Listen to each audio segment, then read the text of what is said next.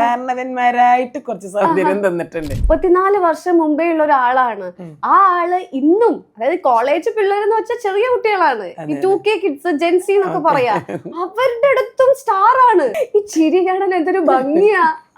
ഞാൻ ശരിക്കും ഇല്ലേ പറയട്ടെ, ചിരിയില് മാത്രമൊന്നുമല്ല, കാരണവന്മാരായിട്ട് കുറച്ച് സൗന്ദര്യം തന്നിട്ടുണ്ട്. സത്യം. പിന്നോട് ചോദിക്കലുണ്ട്, ബ്യൂട്ടി പാർലറിലൊക്കെ ഒരുപാട് പൈസ ചെലവാകോ? പിന്നെ എന്താണ്, ഞാൻ ജീവിതത്തിൽ ഇതുവരെ ഒരു ബ്യൂട്ടി പാർലറിൽ ഞാൻ പോയിട്ടില്ല. പിന്നെ മുഖത്ത് എന്താണ് ചെയ്യുന്നത്? സ്കിൻ കെയർ എന്തെങ്കിലും? അത് പച്ചമുളക്, തക്കാളി, ഇഞ്ചി, വെളുത്തുള്ളി ഇതിന്റെ ഒന്നും ഒരാവശ്യമില്ല. അങ്ങനെ ഒന്നും ഇട്ടതിനെ കൊണ്ട് ഒരു ഇത് മുന്നോട്ട് പോണില്ല. പിന്നെ ചില എണ്ണകളുണ്ട്, ഈ ക്യാരറ്റ് ഇതുള്ള ഞാൻ ചെയ്യാറില്ല, പണ്ടെപ്പോഴോ ചെയ്യുന്നല്ലാതെ ഇതാക്കിയിട്ടില്ല.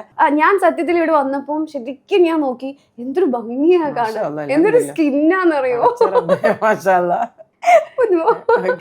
ഞാൻ ചോദിക്കുന്നു വിചാരിച്ചു, ഈ സൗന്ദര്യത്തിന്റെ രഹസ്യം എന്താണ്?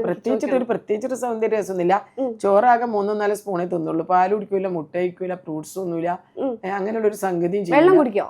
വെള്ളം അത്യാവശ്യത്തിന് മാത്രം, അങ്ങനെ കൂടുതലായിട്ട് ഒരു വെള്ളം കുടിക്കണ പതിവില്ല.